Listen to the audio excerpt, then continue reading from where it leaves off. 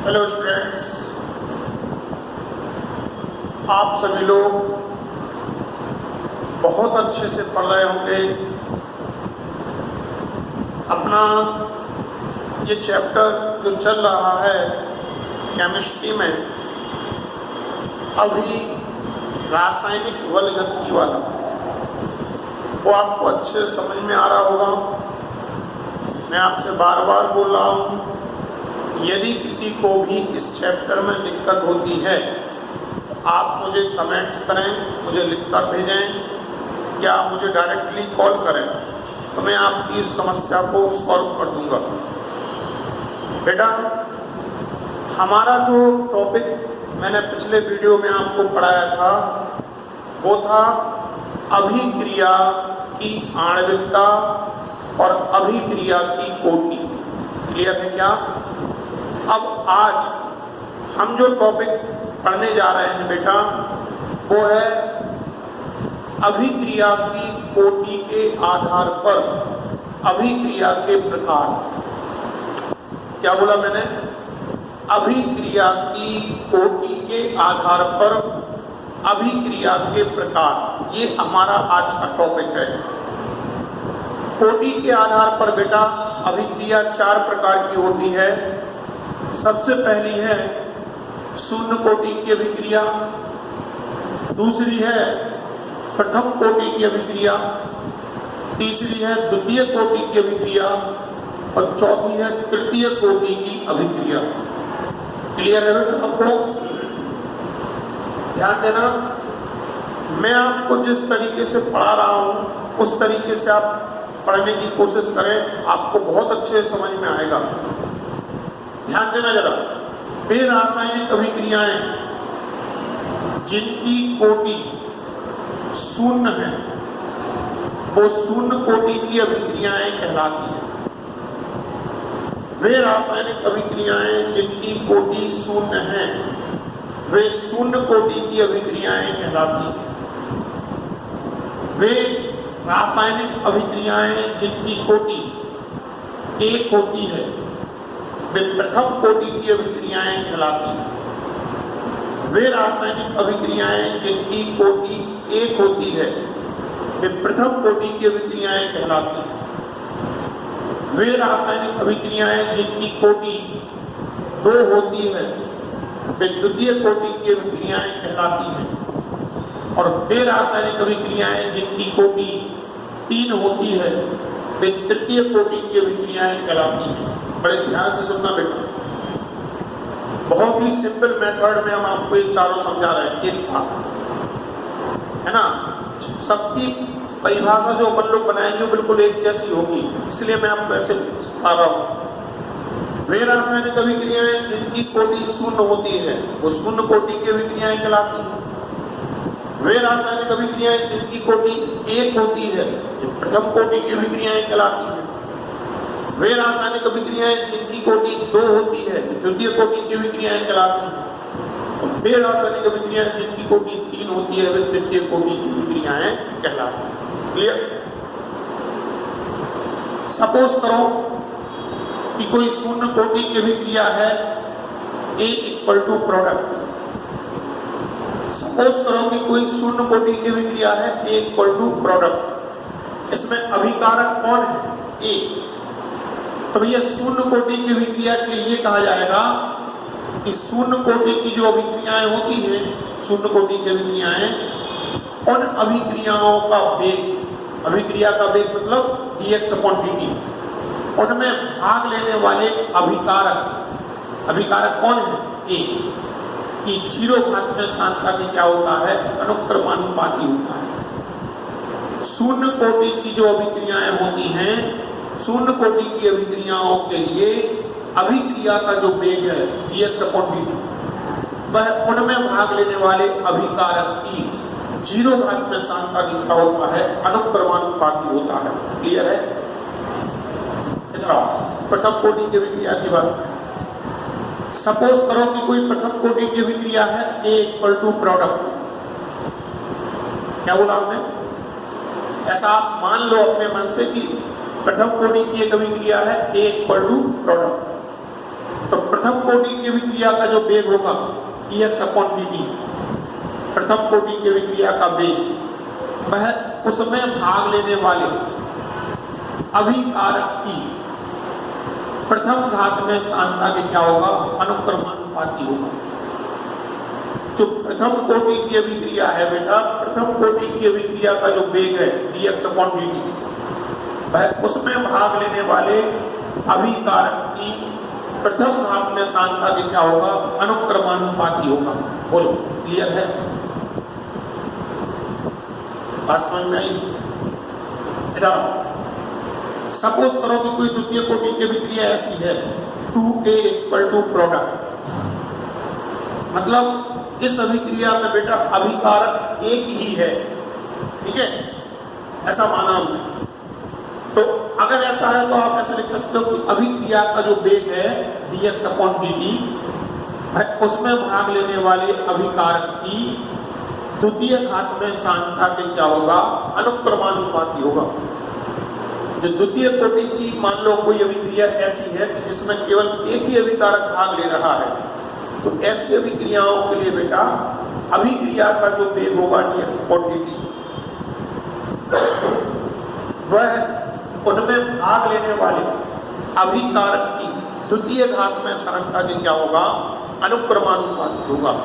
Clear है क्या? अगर सपोज करो कि आपकी रिएक्शन ऐसी है A + B = प्रोडक्ट, सपोज करो कि आपकी रिएक्शन ऐसी है A + B = प्रोडक्ट, तो जो अभिक्रिया का वेग होगा dx/dt बेटा, वो उनमें भाग लेने वाले पहले अभिकारक की प्रथम घात में सांद्रता और दूसरे अभिकारक की भी प्रथम घात में सांद्रता के गुणनफल के क्या होगा, अनुक्रमानुपाती होगा। अगर आपकी अभिक्रिया इस तरीके की है कि उसमें दो अभिकारक भाग ले रहे हैं, एक A और एक B, इस कंडीशन में बेटा जो अभिक्रिया का वेग होगा dx/dt, वह उनमें भाग लेने वाले जो आपके अभिकारक हैं A और B, इनकी प्रथम घात में सांद्रताओं के गुणनफल के अनुक्रमानुपाती होगा। क्लियर है? इधर तृतीय कोटि में देखिए बेटा, इनकी कोटि कितनी है, 3। सपोज करो कि कोई रिएक्शन ऐसी है 3A = प्रोडक्ट, मतलब इस अभिक्रिया में जो अभिकारक है वो एक ही है, एक ही अभिकारक के 3 अणु क्रिया में क्या कर रहे हैं बेटा, भाग ले रहे हैं। तो ऐसी कंडीशन में आप लिख सकते हो कि अभिक्रिया का जो वेग होगा dx/dt, वह उसमें भाग लेने वाले अभिकारक की तृतीय घात में सांद्रता के क्या होगा, अनुक्रमानुपाती होगा। ऐसी कंडीशन में आप ये लिख सकते हो कि अभिक्रिया का जो वेग होगा बेटा dx/dt, वह उसमें भाग लेने वाले अभिकारक की तृतीय घात में सांद्रता के क्या होगा, अनुक्रमानुपाती होगा। क्लियर है? अगर सपोज करो कि आपकी रिएक्शन ऐसी है 2A + B = प्रोडक्ट, ऐसी है बेटा 2A + B = प्रोडक्ट, मतलब इसमें एक अभिकारक के 2 अणु और दूसरे अभिकारक का एक अणु क्रिया में क्या कर रहा है, भाग ले रहा है ना। तो ऐसी कंडीशन में बेटा अभिक्रिया का जो वेग होगा dx/dt, वह उसमें भाग लेने वाले एक अभिकारक की द्वितीय घात में सांद्रता और दूसरे अभिकारक की प्रथम घात में सांद्रता के गुणनफल के क्या होगा, अनुक्रमानुपाती होगा। ऐसी कंडीशन में बेटा जो अभिक्रिया का वेग है dx/dt, वह उसमें भाग लेने वाले एक अभिकारक की द्वितीय घात में सांद्रता और दूसरे अभिकारक की प्रथम घात में सांद्रता के गुणनफल के क्या होगा, अनुक्रमानुपाती होगा। बोलो, आपको क्लियर हुआ क्या? क्लियर हुआ क्या? ठीक, ध्यान देना बेटा, एक पॉइंट और बोल रहे। शून्य कोटि की जो अभिक्रिया होती है, शून्य कोटि की अभिक्रिया, उसका वेग समीकरण है k = x/t ओनली। शून्य कोटि की अभिक्रिया के लिए जो वेग स्थिरांक का व्यंजक है, वेग स्थिरांक का व्यंजक वो है बेटा k = x/t ओनली। प्रथम कोटि की अभिक्रिया के लिए बेटा जो वेग स्थिरांक का व्यंजक है वो है 2.303 अपॉन में T log n base a upon में a माइनस एक्स। प्रथम कोटि की अभिक्रिया के लिए जो वेग स्थिरांक का व्यंजक है वो क्या है? k बराबर 2.303 अपॉन में टी log n बेस पे a अपॉन में a माइनस एक्स। बेटा द्वितीय कोटि की अभिक्रिया के लिए जो वेग स्थिरांक का व्यंजक है वो है k बराबर 1 अपॉन में टी x अपॉन में a into a minus x. क्या है बेटा द्वितीय कोटि की अभिक्रिया के लिए वेग स्थिरांक का व्यंजक? k बराबर 1 अपॉन में टी और x अपॉन में a into a minus x. ये द्वितीय कोटि की अभिक्रिया के लिए वेग स्थिरांक का क्या है? व्यंजक है। अगर हम बात करें बेटा तृतीय कोटि की अभिक्रियाओं के लिए, तो तृतीय कोटि की अभिक्रियाओं के लिए वेग स्थिरांक का व्यंजक होता है k बराबर 1 अपॉन 2t x इंटू में 2a माइनस एक्स अपॉन में a स्क्वायर इंटू में a माइनस एक्स का होल स्क्वायर। क्या है बेटा तृतीय कोटि की अभिक्रिया के लिए वेग स्थिरांक का व्यंजक?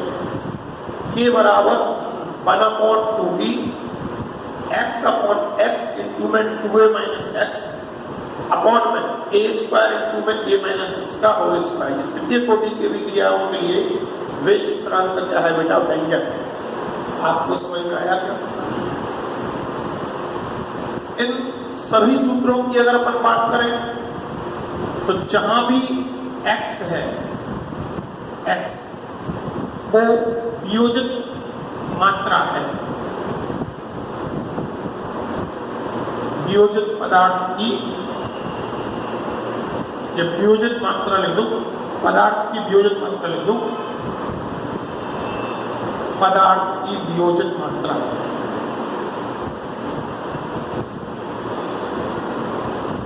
ठीक है, वियोजित मात्रा जहां भी स्मॉल a है वो पदार्थ की प्रारंभिक मात्रा है।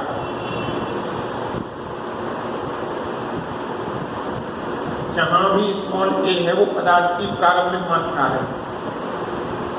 और जहां भी बेटा a माइनस एक्स है वो पदार्थ की शेष बची मात्रा है, पदार्थ की शेष बची मात्रा है। और जहां भी बेटा t है वह वियोजन में लगा समय है, वियोजन में लगा समय, ठीक है। कहीं भी जितने भी आपको फॉर्मूले लिखे हैं सब फॉर्मूले की बात कर रहे हैं, कहीं भी अगर x है तो पदार्थ की वियोजित मात्रा है, a है तो वह पदार्थ की प्रारंभिक मात्रा है, a माइनस एक्स है तो पदार्थ की शेष बची मात्रा है, और t है तो वियोजन में लगा हुआ क्या है बेटा? समय। आपको समझ में आया? एक बार हम लोग रिवाइज कर रहे हैं वो कैसे बोलना। सबसे पहले शून्य कोटि की अभिक्रिया की बात करें तो हम एक एक अभिक्रिया को पूरा पूरा बोल रहे हैं। वे रासायनिक अभिक्रियाएं जिनकी कोटि शून्य होती है वे शून्य कोटि की अभिक्रियाएं कहलाती हैं। क्लियर? इन अभिक्रियाओं का जो वेग होता है वह इनमें भाग लेने वाले अभिकारक की 0 घात में सांद्रता के अनुक्रमानुपाती होता है। इन अभिक्रियाओं के वेग स्थिरांक का व्यंजक निम्न है, k बराबर x अपॉन में t। यहाँ k कहलाएगा बेटा शून्य कोटि की अभिक्रिया के लिए वेग स्थिरांक, x कहलाएगा पदार्थ की वियोजित मात्रा, पदार्थ की वियोजित मात्रा, और t कहलाएगा वियोजन में लगा समय, वियोजन में लगा समय। क्लियर? इधर वे रासायनिक अभिक्रियाएं जिनकी कोटि कितनी होती है? 1। ये प्रथम कोटि की अभिक्रियाएं कहलाती हैं। इन अभिक्रियाओं का जो वेग है बेटा dx/dt वह इनमें भाग लेने वाले अभिकारक की प्रथम घात में सांद्रता के अनुक्रमानुपाती होता है। प्रथम कोटि की अभिक्रियाओं का जो वेग है वह इनमें भाग लेने वाले अभिकारक की प्रथम घात में सांद्रता की क्या होता है, अनुक्रमानुपाती होता है। प्रथम कोटि की अभिक्रिया के लिए वेग स्थिरांक का व्यंजक ये निम्न है, के बराबर है बेटा 2.303 अपॉन में टी लॉग n बेस पे a अपॉन में a माइनस x, के बराबर 2.303 अपॉन में टी लॉग n बेस पे a अपॉन में a माइनस x। यहाँ जो k है बेटा वो प्रथम कोटि की अभिक्रिया के लिए वेग स्थिरांक का व्यंजक है, वेग स्थिरांक है। t जो है वो वियोजन में लगा समय है, log n base small a क्या है, स्मॉल a पदार्थ की प्रारंभिक मात्रा है, पदार्थ की प्रारंभिक मात्रा, और जो a माइनस एक्स है, a माइनस एक्स वो पदार्थ की बेटा शेष बची मात्रा है, पदार्थ की शेष बची मात्रा। क्लियर है? ओके, इधर आओ। द्वितीय कोटि की बात करें, वे रासायनिक अभिक्रियाएं जिनकी कोटि 2 होती है वे द्वितीय कोटि की अभिक्रियाएं कहलाती हैं। इन अभिक्रियाओं का जो वेग है बेटा dx/dt वह इनमें भाग लेने वाले अभिकारक की द्वितीय घात में सांद्रता के अनुक्रमानुपाती होता है। क्लियर है? द्वितीय कोटि की अभिक्रियाओं का जो वेग है dx/dt वह इनमें भाग लेने वाले अभिकारक की द्वितीय घात में सांद्रता के क्या होता है, अनुक्रमानुपाती होता है। द्वितीय कोटि की अभिक्रियाओं के लिए बेटा अभिक्रिया का जो वेग समीकरण है वो ये है, k बराबर 1/t x/a into a minus x। द्वितीय कोटि की अभिक्रियाओं के लिए वेग स्थिरांक का व्यंजक k बराबर 1/t x/a into a minus x। यहाँ पे k क्या कहलाएगा, द्वितीय कोटि की अभिक्रिया के लिए वेग स्थिरांक, t क्या कहलाएगा, वियोजन में लगा समय, x क्या कहलाएगी, वियोजित मात्रा, पदार्थ की वियोजित मात्रा, a क्या कहलाएगी, पदार्थ की प्रारंभिक मात्रा, a माइनस x क्या कहलाएगी, पदार्थ की शेष बची मात्रा।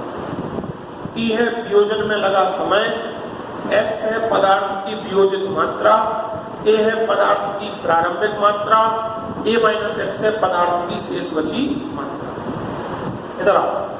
वे रासायनिक अभिक्रियाएं जिनकी कोटि 3 होती है तृतीय कोटि की अभिक्रियाएं कहलाती हैं। इन अभिक्रियाओं का जो वेग है dx/dt वह इनमें भाग लेने वाले अभिकारक की तृतीय घात में सांद्रता के क्या होता है, अनुक्रमानुपाती होता है। यदि अभिक्रिया में 2 अभिकारक भाग ले रहे हो, यदि अभिक्रिया में बेटा 2 अभिकारक भाग ले रहे हो तो इन अभिक्रियाओं का जो वेग है वह इनमें भाग लेने वाले अभिकारकों, इनमें भाग लेने वाले पहले अभिकारक की द्वितीय घात में सांद्रता और दूसरे अभिकारक की प्रथम घात में सांद्रता के गुणनफल के क्या होता है, अनुक्रमानुपाती होता है। क्लियर? तो तृतीय कोटि की अभिक्रियाओं के लिए वेग स्थिरांक का व्यंजक क्या होगा, k बराबर 1/2t x इंटू में 2a माइनस x अपॉन में a स्क्वायर इंटू में a माइनस x का होल स्क्वायर। क्या है, k बराबर 1/2t x इंटू में 2a माइनस x अपॉन में a स्क्वायर इंटू में a माइनस x का होल स्क्वायर। t क्या है, वियोजन में लगा समय, x क्या है, पदार्थ की वियोजित मात्रा, पदार्थ की वियोजित मात्रा, 2a माइनस x क्या है, पदार्थ की शेष बची मात्रा, पदार्थ की शेष बची मात्रा, a क्या है, पदार्थ की प्रारंभिक मात्रा है, a माइनस x क्या है, पदार्थ की शेष बची मात्रा है। बोलो बेटा आपको समझ में आया क्या? बेटा मैं आप सभी से एक बात जरूर कहूँगा, सभी बच्चे लोग अच्छे से वीडियो को देखें, वीडियो को लाइक करें, कमेंट्स करें। आप लोग कोई भी कमेंट्स नहीं डाल रहे हैं, मुझे ये समझ में ही नहीं आता है कि आपको कुछ समझ में आ रहा है या नहीं। हम लोगों को भी आप थोड़ा सा प्रयास करें कि हम लोगों को भी अच्छा लगे पढ़ाते समय कि हाँ हमारे पढ़ाने से किसी को समझ में आ रहा है। अगर आप लोग ऐसा नहीं करते हैं तो आगे हो सकता है कि हम वीडियो डालना बंद कर दें। बेटा ध्यान देना सभी लोग, अच्छे से सभी लोग पढ़ें, समझें वीडियो को, कमेंट्स करें, लाइक करें, शेयर करें। अगर आपको समझ में नहीं आ रहा है तो आप मुझे बताएं, तो मैं आपको क्लियर भी करूंगा। लेकिन आप वीडियो को अच्छे तरीके से देखें, शेयर करें, कमेंट्स करें। कमेंट्स जरूर करें कि आपको कुछ क्लियर हुआ या नहीं हुआ। ओके, ध्यान देना, आप लोगों के लिए फायदे की बात रहेगी। ठीक है।